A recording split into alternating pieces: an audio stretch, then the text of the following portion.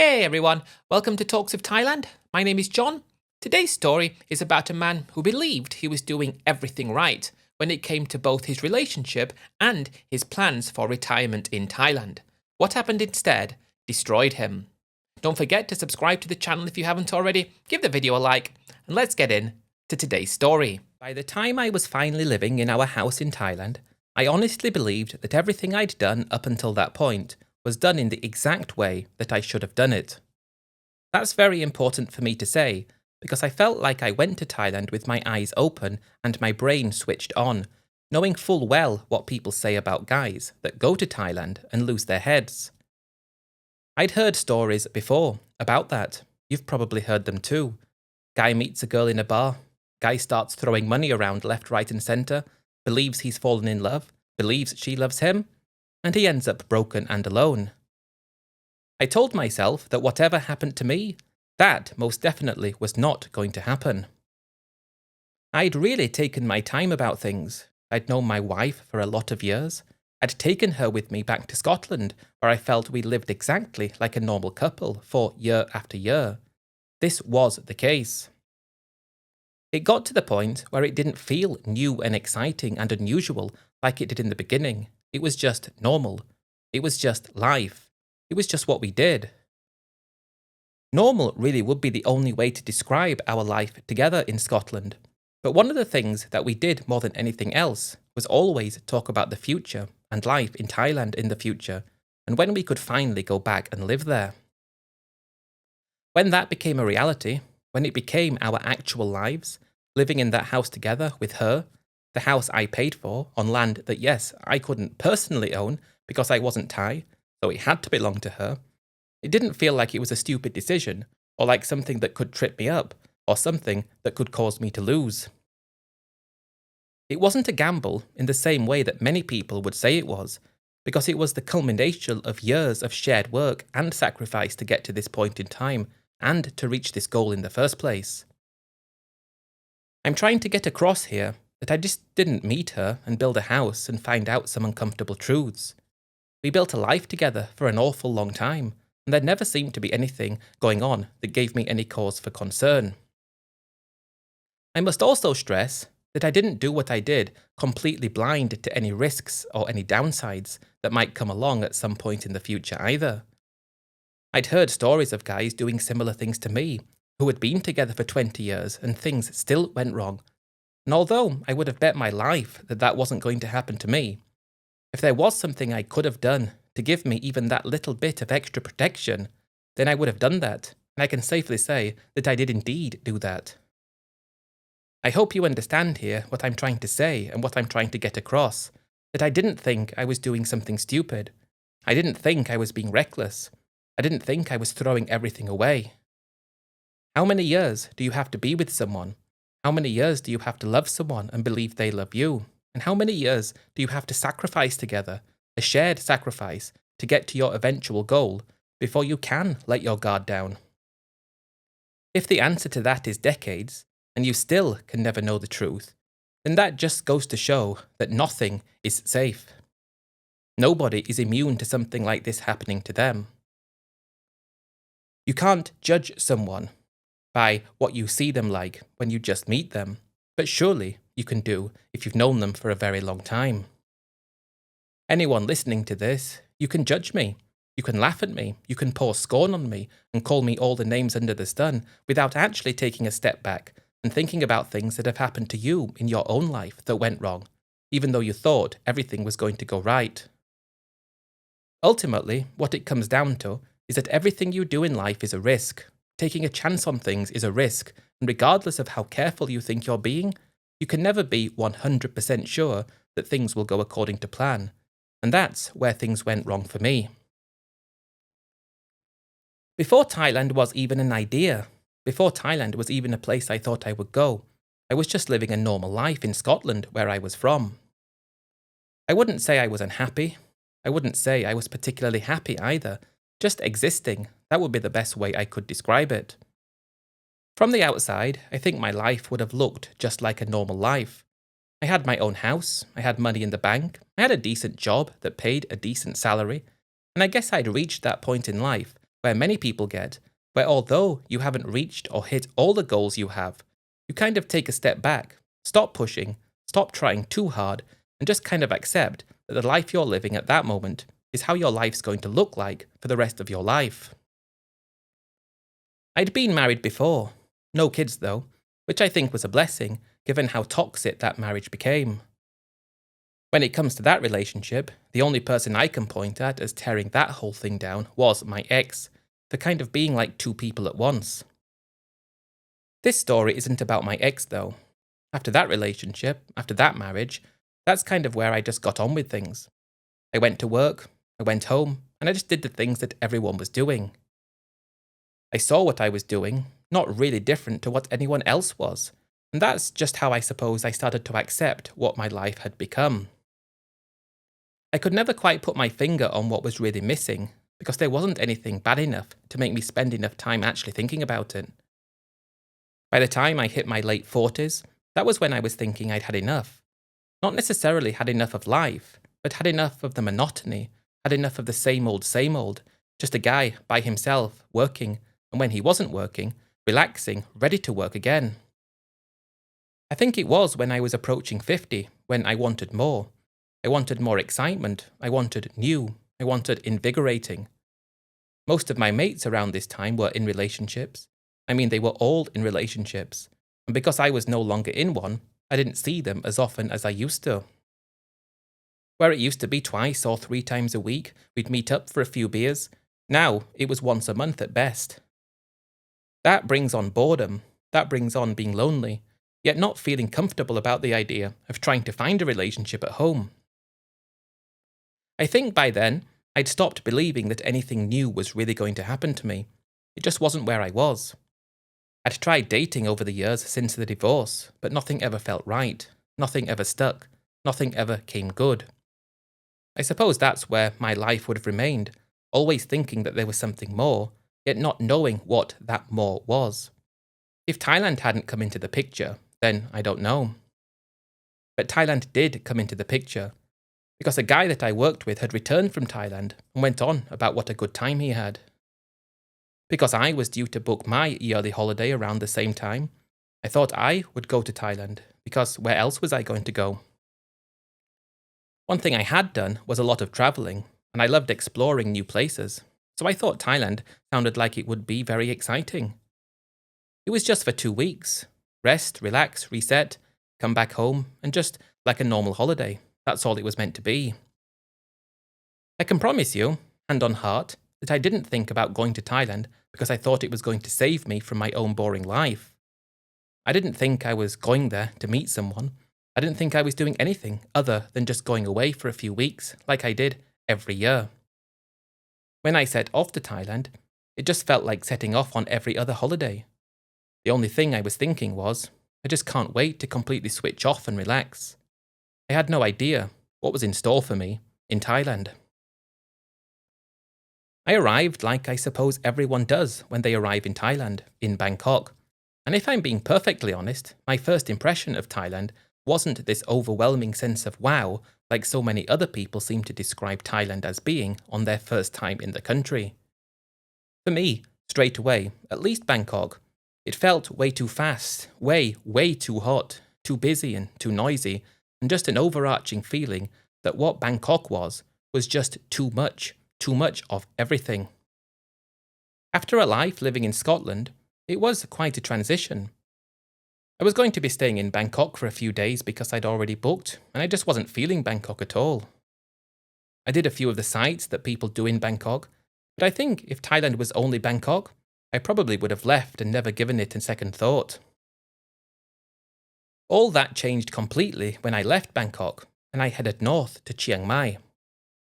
That was the place that the guy at work spoke about, but when I was on my way to Chiang Mai, I just didn't think it was going to be so much different to Bangkok.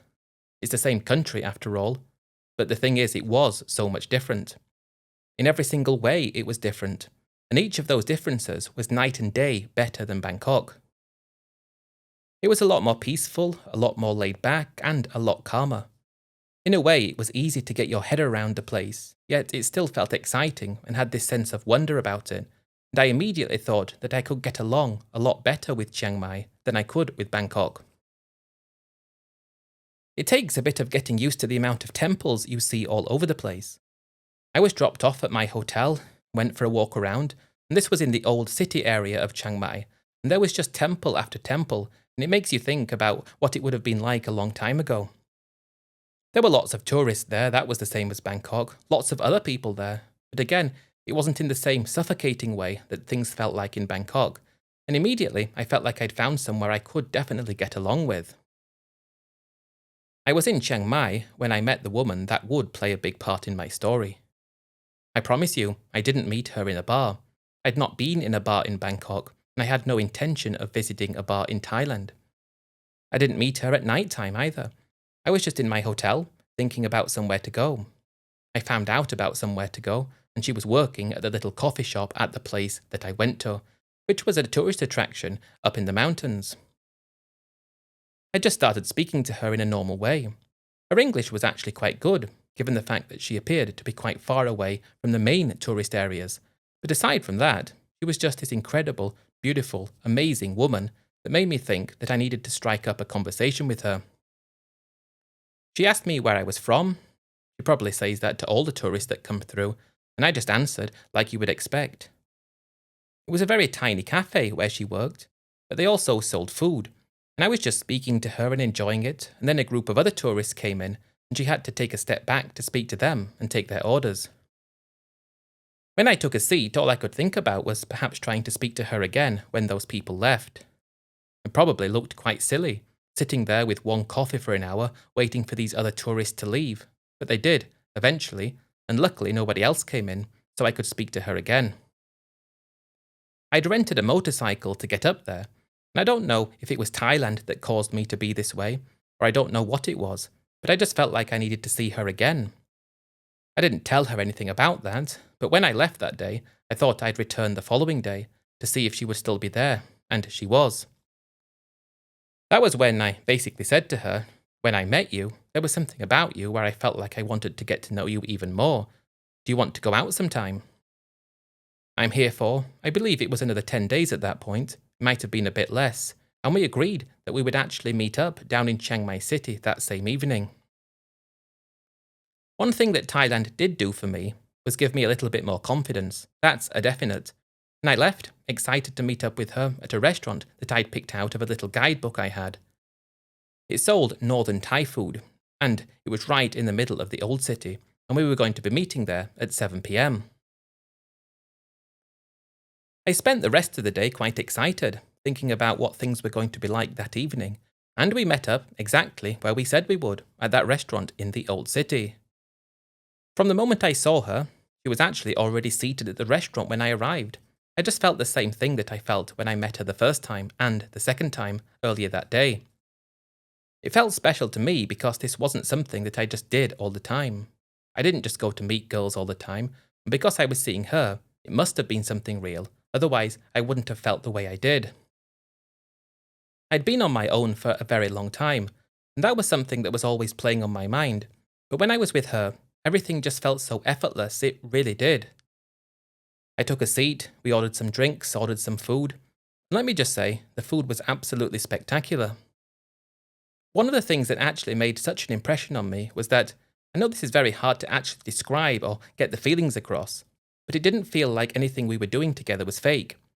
It didn't feel like she was putting on a show for me, or she was trying to be the way she thought I would want her to be. It didn't seem like that at all. It just felt like she was herself. The way she talked about who she was, her life, where she was from, everything to do with that, it was just normal. It was because I was so scared of not normal, so scared of being trapped or something going wrong, that I really paid close attention to how she actually seemed to be. She was in her early 30s as well, so I wasn't one of those sorts of people going for someone way too young. I don't know what it was about her, but I just felt things for her that I hadn't felt for such a long time. After we ate, I was hoping that she would be up for going for some drinks, and she said she would. Because we were already in the evening and it was dark outside, it was still extremely hot, but the sun wasn't beating down the same way because it was nighttime, so we were able to just walk around, And that's when you can take in more of the atmosphere and more of the cultural side of Thailand. And that's where it gives you more if you open up and allow it to. We went out for a few drinks, parted ways at around 11 p.m. It was amazing how I felt when I was with her. It wasn't about to try and rush into anything with her either, because that's just not the sort of person I was. And I asked her if she would be okay with it, if she would like to meet up again. She said she would like to meet up again. And trying to capture the moment, I said, "How about tomorrow?" And she said, "Okay." What happened from there was just meeting up with her more and more. She started talking a little bit of time off work to spend time with me, and we weren't going wild. I wasn't blowing through money. I wasn't being stupid. I wasn't thinking I was in charge and she wasn't. Nothing that I hear in other stories. I was just feeling that this is actually really fun. This is actually something that could be real. This is great, and I want more of it. I will admit, I did end up spending the night with her the day before I left, and if anything, that solidified the feelings I had for her. I mean, I wanted to spend more time with her, but then it's coming to the realization that my holiday is coming to an end, and it's that place where you're both at, where we seem to want to spend more time together, yet we're about to be torn apart from each other, and it's not knowing how to get around that when you start feeling so upset. To go from such highs to such lows, well, that's a relationship in Thailand, and I was feeling it, and I was feeling it hard. We exchanged information with each other because I think we both wanted to keep in touch. I hadn't worked out how this was going to work, and it felt so bad leaving, but I had to. And when I got back to Scotland, I think that was when I realised just what kind of impression she actually had made on me. It changed that Thailand trip from just another holiday to the place where I met someone that I felt things for that I hadn't felt for such a long time, yet not being able to work out what I could do to kind of make this something real. I wanted something real with her, I just didn't know how I was going to make that possible. When I arrived back home after that trip, it hit me almost straight away that meeting her had changed the whole meaning of what Thailand was for me. If I had just gone to Thailand as normal, enjoyed myself, had a holiday like people do, it would have been just like every other trip that I went on throughout the course of my life. But because I met her, and because of how strongly I felt about her by the time I left, Thailand became the place where something had actually happened to me that I couldn't stop thinking about. While I was back at home in the physical sense, in my house, back at work, living life, in my head I wasn't at home at all. I was thinking about her all the time, thinking about what she was doing, hoping she would respond when I messaged, hoping she would answer when I called, waiting for her to call as well. And we did start speaking all the time, regularly, pretty much as soon as I arrived back. It became a big part of my life, a lot quicker than I thought it was going to. It wasn't like I felt that we were forcing it. I think that's very important to say. It wasn't like I was the one calling her all the time and she answered and was speaking to me, but her mind was elsewhere. It was like we were fully in with it, fully in with each other, and we were both feeling the same things for each other. You really have to understand, though, that I'm also thinking, what if, or what if that, or what if this happens? But I'm also managing to convince myself that what's going on is real. For example, we would talk for a long time. Then I would think, well, she wouldn't speak to me for 2 hours if she didn't like me, and then she would call me. She wouldn't call me if she didn't like me. These little things that I keep using to convince myself that things are good, that allow me to keep pushing ahead. One thing that was clear, though, was that I had to go and see her again, because I couldn't function properly not knowing if what we had was real, or if it wasn't. I needed to know for sure, I needed to know for definite, and the only thing I could think about doing was going back just to give myself the answer that I felt I deserved. The thing was, when I met her, if anything, I felt even more comfortable with her the second time. For a start, we knew each other. We'd spoken to each other for a long time. I'd gotten over the first holiday excitement that I had when I met her, and I started believing that this was actually real and exciting and fun, and that we should spend as much time together as possible when I'm here, and see how we feel at the end. By the time I left that second time, I think we both had come to the decision that this was more than me going on holiday and having a holiday fling. This was me going on holiday, falling in love, going back home, and going to see her again to confirm these feelings, confirming them, and then starting to think seriously about how we're going to make something like this work. For a while, it was a case of the uncomfortable side of a relationship like that. Me going back to see her all the time, speaking with when I'm at home with her all the time, and messaging and professing love for each other. But every time I needed to see her, I would go back and see her. The things I need to talk about that are very important to me here: number one, I wasn't throwing around lots of money. I wasn't sending money for her when I wasn't there. I was paying for everything when I was with her. I was doing that. That was okay. But I couldn't see any red flags about things that she was doing, and she never did anything that gave me any cause for concern or anything to worry about. I thought I was being very careful. One thing that was happening was, because of my constant to and from Thailand, I'd already quit my job at this point, and I started my own business. This was something I'd wanted to do for such a long time anyway, but just never got round to it because I always had something stopping me. At that moment though, I did own my own house outright, and I was proud of that. I had enough savings set aside that allowed me to give time to myself, and I thought it was time to not only stop working and start doing my own thing, but to start actually putting myself first and my feelings first. If she had the same feeling as me, that was great, and it seemed to be that she did. I'd say over the next probably 3 whole years, I kept going back probably 3 times a year, maybe 4 on some times. Everything seemed to be moving in the right direction. When I was back, she was always with me. We called each other boyfriend and girlfriend. When I was at home, she didn't want anything from me. She was earning her own money, and there was nothing that I could point to or think about that gave me anything to say, hang on, something's going wrong here, so be careful. It was after those 3 years, or the last trip after that period of time, when I just thought to myself, because I'd already started my business, I was already starting to do okay at this point, why don't I just bring her to live with me in Scotland? We could get married, and then after that, we could think about what comes next. I just couldn't keep going back and forth because it was taking its toll on me. I wanted my full focus on my business, on the future, and I wanted her to be with me to make that a reality. When I actually raised this with her, the fact that she just didn't jump all over the idea as being the best thing she ever heard was something that I thought was quite important. It was clear that she loved living in Thailand. She was happy to be from Thailand.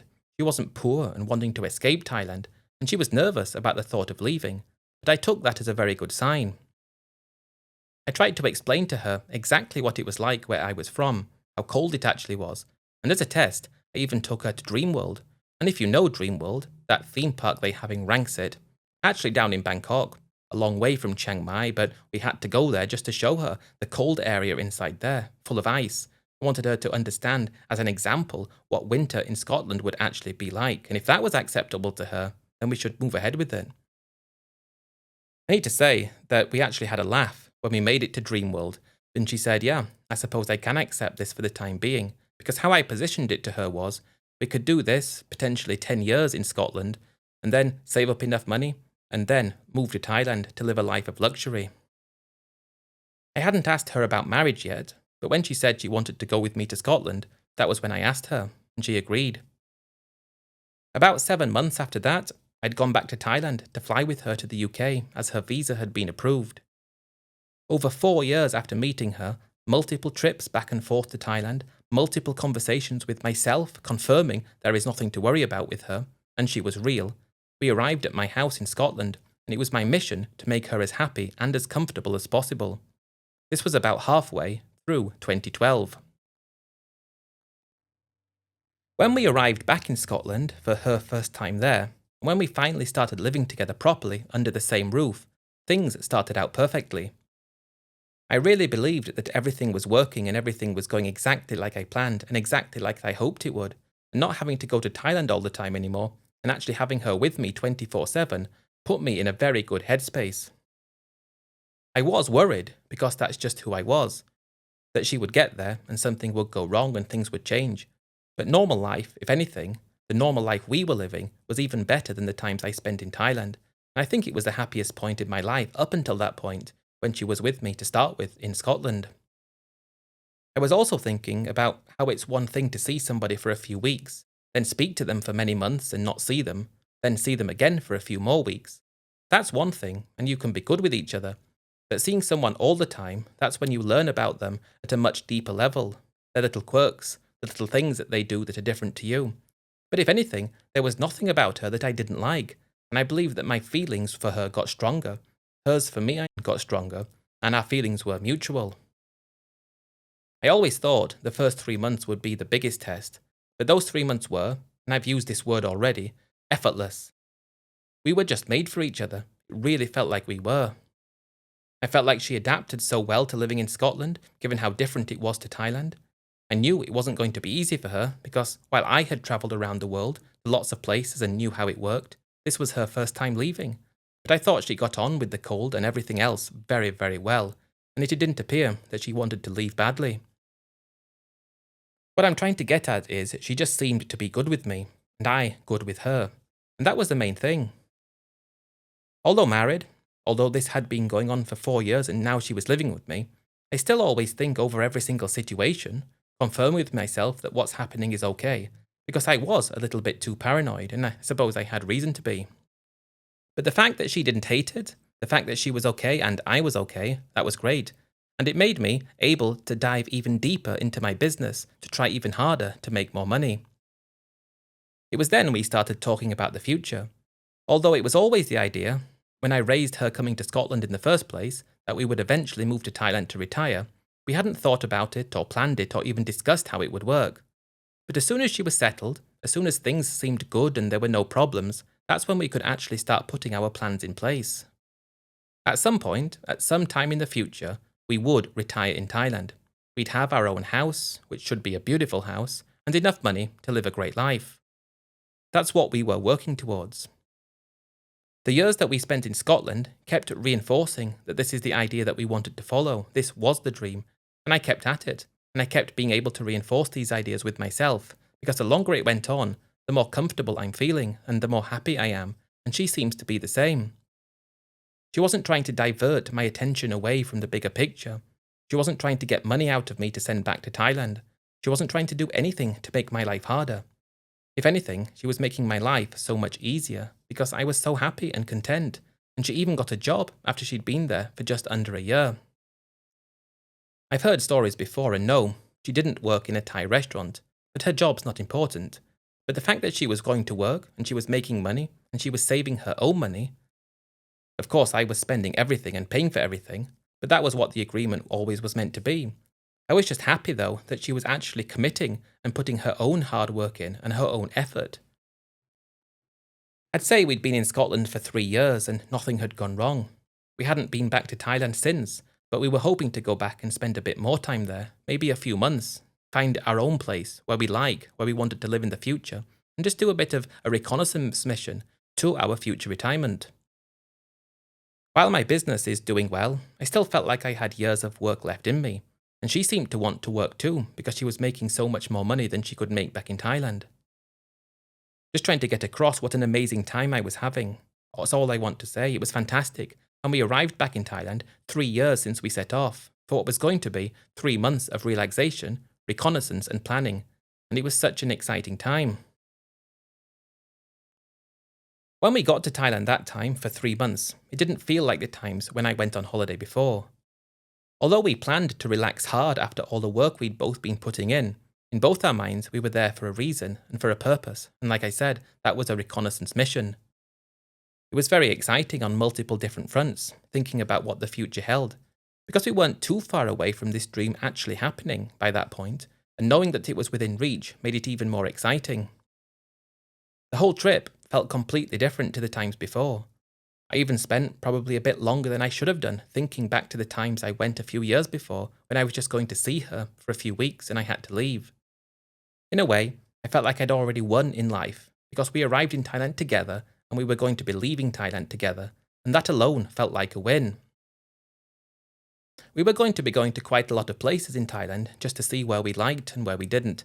I think that was when Thailand changed in my mind yet again.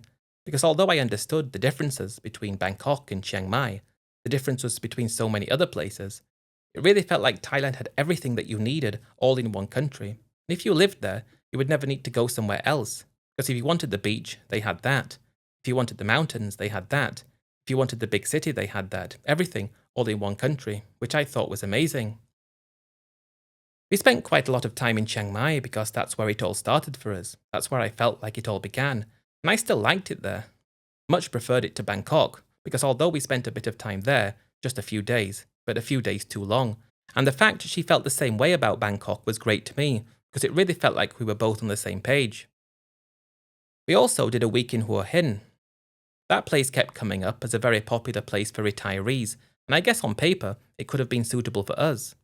It had the beach close by, very easy to get to Bangkok, loads of foreigners living there, clearly who had done what I was hoping to do soon.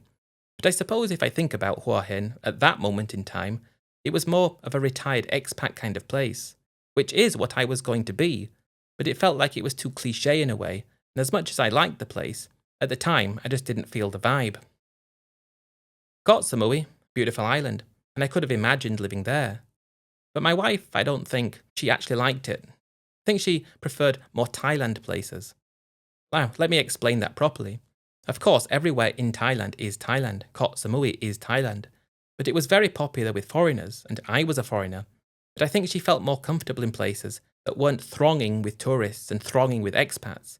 And I guess that rubbed off on me and made me feel quite similar. Somewhere like Koh Samui, you could imagine what your future would be like there, right next to the sea with beautiful weather and all the rest of it. Yet you can't imagine feeling settled because you're constantly witnessing people coming and going, and you constantly have the tourist crowds. It didn't feel very conducive to a peaceful, relaxed retirement, even though the very thought of a beach in Thailand gives off those vibes. Actually feeling it was something I just couldn't do. That was when we went to where she was from, a province called Nong Khai, which is on the Laotian border, in the northeast part of Thailand, and we were going there because I hadn't met her family yet. When we got married, it was just so we could put in the visa application, and I was actually looking forward to going. Apprehensive on the one hand to meet her family, yet also excited to see where she was from. What I wasn't expecting was to like it there more than anywhere else. This might be very inaccurate for anybody that knows exactly what it's like, but this is the best way I could describe it. It felt a lot closer to what I had back at home. Okay, the weather was different, the infrastructure was different, the surroundings were different, the people were different, but the feel felt closer to what I was used to in a very warped way, but that's just how it felt for me. The more time we spent there, the more it started to feel like this place had something that the other places didn't, a slower pace of life. Not to mention, we could have something amazing there. And while we could have had something amazing anywhere, I suppose, it wouldn't have been this good. Also, the fact that it was close to the Mekong River, that was great. Just being able to have a meal at some of the restaurants there, seeing Laos in the distance. I didn't expect to like it as much as I did. I thought we would get there and I'd want to leave as quickly as I could, but out of everywhere, that was the place that I felt could be the place we should live in the future, and I believe she felt the same way. By the time those 3 months in Thailand were over and we were back in Scotland, it really felt like we'd been to Thailand and done what we were there to do. We had the answer, in a way, to the question of what the future held, and then it was a question of working towards that dream, working out how long it's going to take, what we need to do, how much money we need to save, and that was it. It was just a question of time now, and our dream retirement was within grasp. I think my wife, when we arrived back in Scotland after those 3 months, really felt like everything had fallen into place exactly. Both my wife and I felt like that. I guess you could say before we even went to Thailand that the dream of Thailand in the future was a very vague dream that we couldn't really picture. Yet when we returned, it wasn't vague anymore. We'd planned where we wanted to live, what we wanted to do, how we wanted to live, and it felt from that moment on like we were working for a very specific goal. It really changed how I thought about things, and I believe it changed how my wife thought about things. We were both excited, thinking about how close we were to this dream. In terms of the financial side of things, as far as I was concerned, everything was looking very good. I already had my house, which I'd had all the time. That was paid off outright, and at the moment in time, it was worth about £200,000. On top of that, I had savings that were roughly in the same region as that, mainly in investments. And on top of that, I had my business, which was doing well, and I really felt like I had time on my side. We weren't in a rush, but we also didn't want to dilly-dally forever. And the plan we came up with was that we would keep working. I would keep trying to build the business, keep saving. She was still working and she was still saving, and then get ourselves to a point when we could finally go back to Thailand for good and never have to worry about money. I always thought about £500,000 all in. That would be the moment that we would be good to go. That would be the moment when I could say enough, it's time to retire. And that meant another £100,000 needed to be saved. I have to say that my wife, although working and saving, we weren't including her money in the calculations. She had dreams that she wanted to do, that she was saving for, and I really admired her for that because it wasn't like she expected me to fund anything that she might want to do in the future. We did speak quite often about going back to Thailand before retiring because we wanted to. That's why we liked. But I think after we talked about it a few times, we decided against it. Mainly because I just wanted to focus on work and focus on the mission of getting back there to live, but also because I felt we already had the answer to where we wanted to live and what we wanted to do, and there was no point spending what could be a couple of months extra work going to Thailand, taking time out of work, and it would have probably delayed our eventual retirement by 3 or 4 or even 5 months, so that's why we didn't go again. I was working very hard, probably working harder than I ever had now that I had this purpose, because it was for a reason. And she was working hard too, and everything seemed to be coming together so perfectly. I had no cause for alarm. This went on from late 2015 up until about late 2018. I put in so much hard work, so much effort, and the goal was hit. End of 2018, the goal actually was hit, and as soon as that was done, we were free to go. The only thing we needed to do was sell the house, and then we could literally leave because we'd actually hit the goal.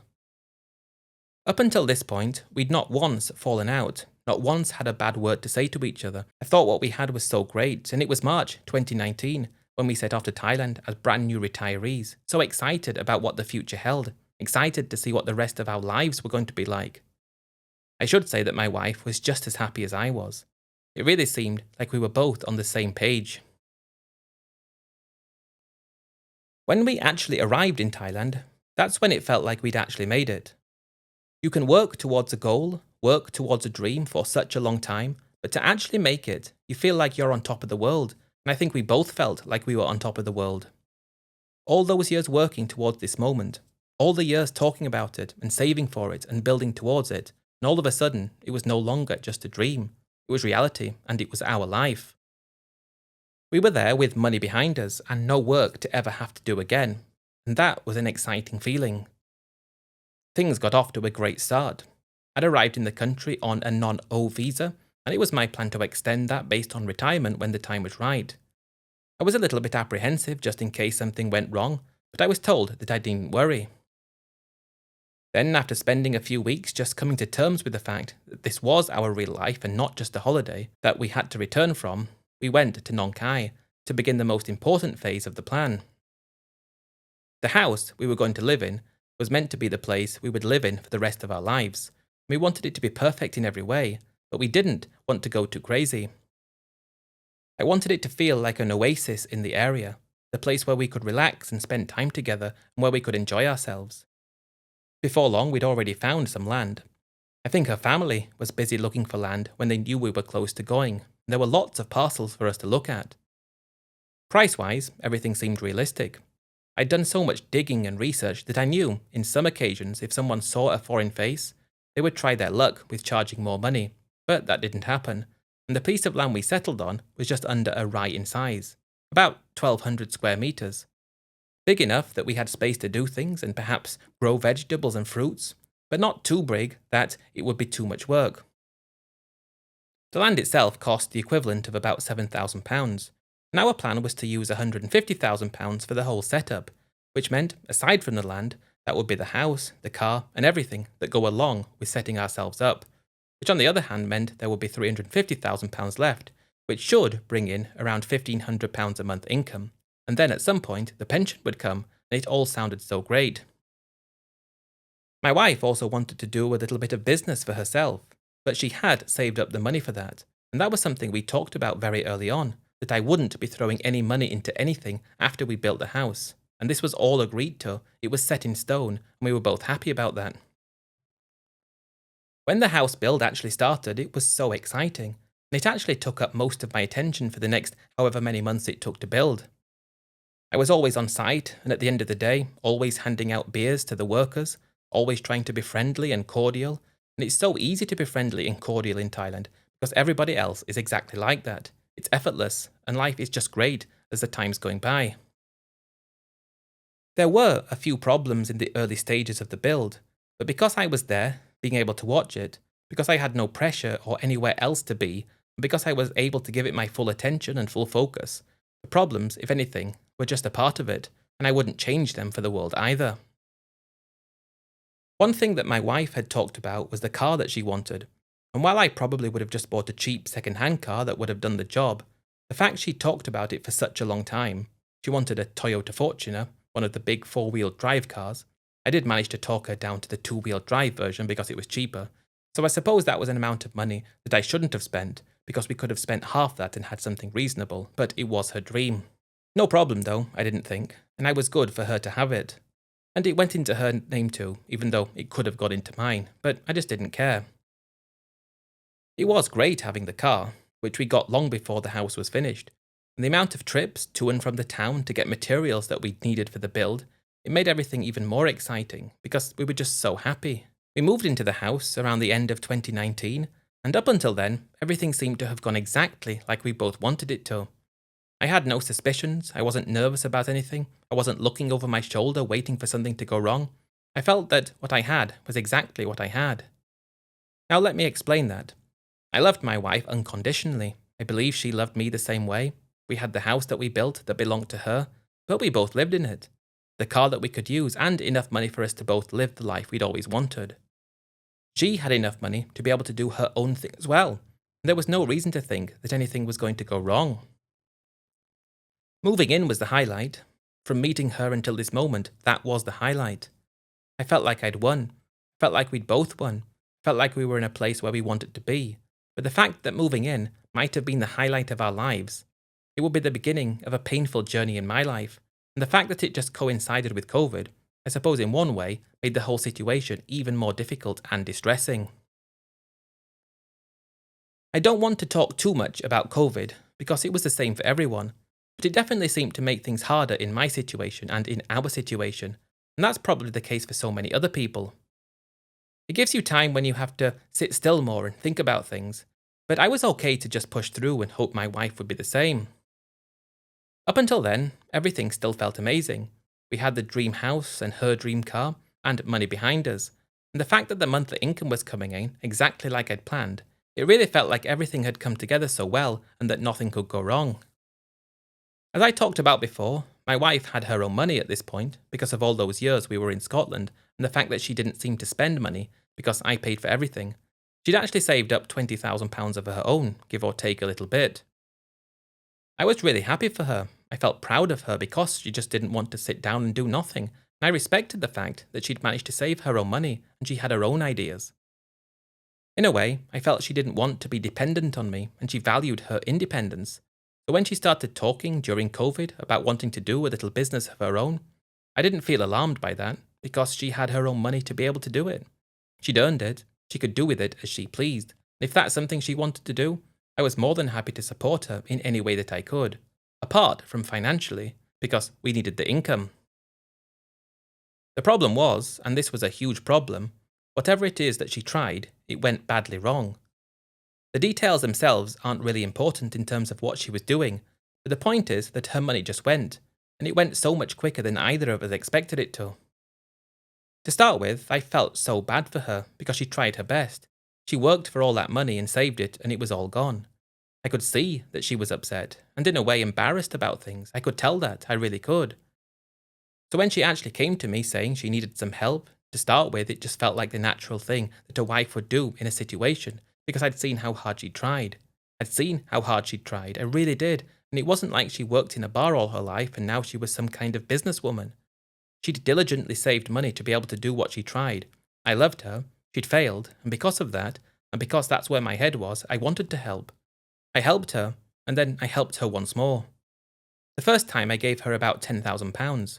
I didn't want to give her that money, because I knew that would slightly reduce our income, but I did it anyway, because I wanted to give her the chance to try, and I thought if it went wrong, she wouldn't want to try again. That's how I looked at it. But even though I did that, and what she was doing didn't work like she seemed to expect it to, and she became unhappy and frustrated with things, and then she wanted to do something else and wanted more, so I gave her another £10,000. I feel sick as I write about that because those were the moments when what we had was changing, and it didn't need to change. But it was her insistence on doing something, even after she lost her own money, even after she lost the first £10,000 and even after the second 10,000 was gone and that failed. It was like she couldn't recognise the fact that what we had was already good and she didn't need to do anything else. After she lost that second lot, I had to be extremely clear with her. I had to tell her, I've helped you twice, I understand you're upset and you want to do something, and I appreciate that. And that's a great thing about you. But what we have left is for our retirement, and the income that it provides is why we're able to live like this. And under no circumstances can I step in with more money. She said she understood, and she appeared to understand. I had no problem when it came to paying for all the bills, paying for all the shopping, and paying for things when we went out, and treating her to things, and going away with her. That was fine. But actually giving money to her directly, that was never part of the plan, and she understood it wasn't part of the plan. Based on her failing a number of times and COVID progressing quite a lot at this point, I agreed that I could give her some spending money. 10,000 baht a month. It wasn't a lot of money, but it would take a hit out of our income. But I accepted that because, in a way, I was just trying to keep the peace, trying to be fair, and trying to make the marriage work. She didn't need to do anything. I wanted her to understand that. The thing I was absolutely firm on was that there would be no more money handed over for any business she wanted to do, no more dipping into savings, no more sacrificing our future, and she did agree to that. She really agreed to it, and I thought we were back on the same page as each other. That was the problem. Perhaps we were never on the same page, or perhaps the page she was on had changed the longer we stayed together. What it was, I don't know, because from that point on, the pressure around money never stopped. She always kept asking all the time, not like she wanted a lot of money here or a lot of money there, but she was trying to do it in a way where she felt like I might not notice. I honestly believe that it's because she thought she could be successful at business and do something like that she wanted this money, and she didn't want to harm me in any way, but she just couldn't get it into her head that what we had to last us. The final thing that actually destroyed me more than anything was when I found out she'd taken out a loan against the car, and I found this out 6 months after she'd done it. Even after I'd given her £10,000 twice, even after the allowance and all the conversations we had, talking about what's important and what's not important, she'd gone behind my back, done something like that, and done something to put our future at even more risk. Because the car was in her name, she could do with it what she wanted, and it was when that happened that I thought what we had might be about to end. I still really loved her. Another really bad part of it, I still believed, or maybe just wanted to believe, that she loved me. But something had changed in my head after that, and I couldn't get rid of those thoughts, because I'd always been careful. I'd always thought things through carefully, and because I'd already helped her more than once, I just didn't see a future in handing over about £15,000 to pay back for this car, and then what would happen if she wanted something in another 6 months? Eventually, something would go so wrong, and we'd be still fighting anyway, we'd still argue anyway, and we were already arguing as it was, and it was like what we had just disappeared after I found out about the car. No matter how hard I think we both tried to fix things, around the end of 2022, we made the difficult decision to divorce. We tried to change our minds, but it was something that she said that convinced me that I couldn't change my mind, because she said maybe she can just try one more time, and if that goes wrong, then we'll stop. But no, that was the last thing I wanted to hear, and the thing that made me understand it was over. That's how I've ended up where I am today.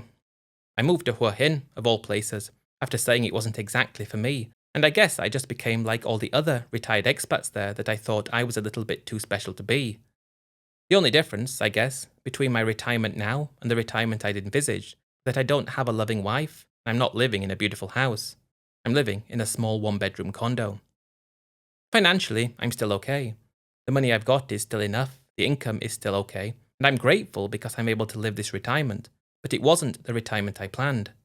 It wasn't the life that I worked for, and I don't know what my ex-wife is doing now, but I suppose that's up to her. As the years have gone by since then, I believe I made the right decision to end it while I did, because there would have been more requests and more problems. I'm still retired in Thailand, still here, met someone else although we're not married, but I am not going to be doing anything else to risk my income.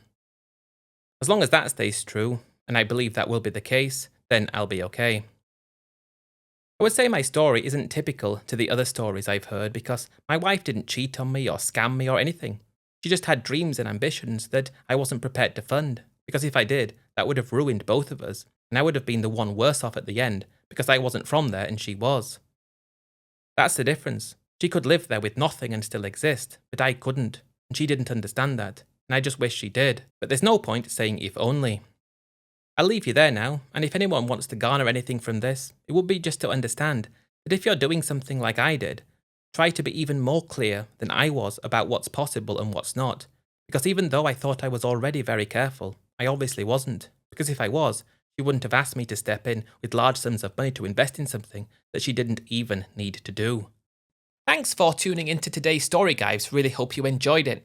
If you're interested in exclusive stories from both Thailand and the Philippines, please check out my Patreon. Just released a brand new exclusive video on there at the moment, which is our 4th exclusive. Plus, we've got a few bonus videos which are being put up from time to time, although the bonus ones may have been heard before. More exclusive coming soon, so check that out if you're interested in supporting the channel and finding a place to go where we can continue bringing human stories to you well into the future. Anyway, really appreciate it, guys. Check that out if you're interested, and I'll catch you in the next story. Bye for now.